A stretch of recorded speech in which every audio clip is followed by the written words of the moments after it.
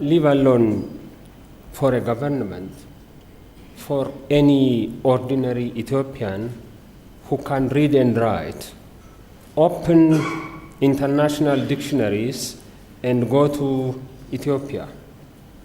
How does it define Ethiopia? Famine-stricken, poor country. So this itself is enough for the government and Ethiopians to work hard to actually get rid of poverty and food insecurity. So let me start with what we may all agree. Agriculture is the mainstay of the majority of the world population, especially in the developing countries. I think this is the reality. And there is increasing incidence and phenomenon of climate change. Even at this time when I speak, climate change is happening. At the same time, increasing number of people are actually getting food insecure due to various problems. The natural resource base is fast degrading. 25% of the world land is degrading. 2/3 of Africa's land is fast degrading. So how can you speak about resilience without even considering this? So you're going to do that now? You're going to talk about, yeah, good. I am. Okay, what is the government going to do in those circumstances? Okay. In the case of the government, okay, let me say that although these are the realities, I didn't finish, Maggie had stopped me. Yeah. But what we agree is no more business as usual. So as government, what would be the priorities?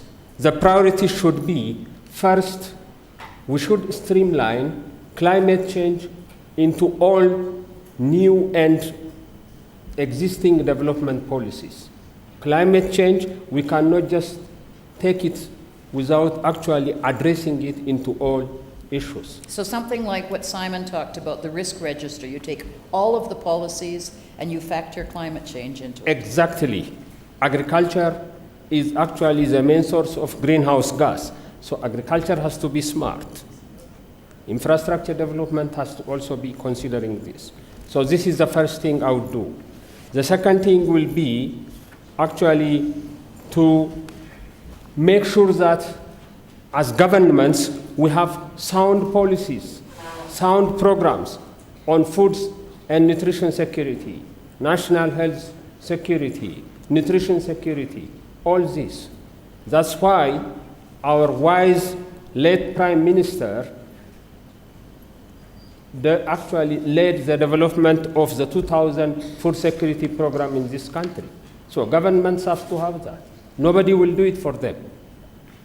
So this is actually the priority that they should do. The second thing is actually to make sure that we are reversing the natural resource degradation. Past efforts have been top-down. It doesn't work anymore. Actually, it has to be community-owned, shared, community-led. And Ethiopia is a good example for that. In 2005, when I assumed the the position of state minister for natural resources, what I noticed is that in this country, soil and water conservation, there is no actually common approach. The agriculture system uses one approach.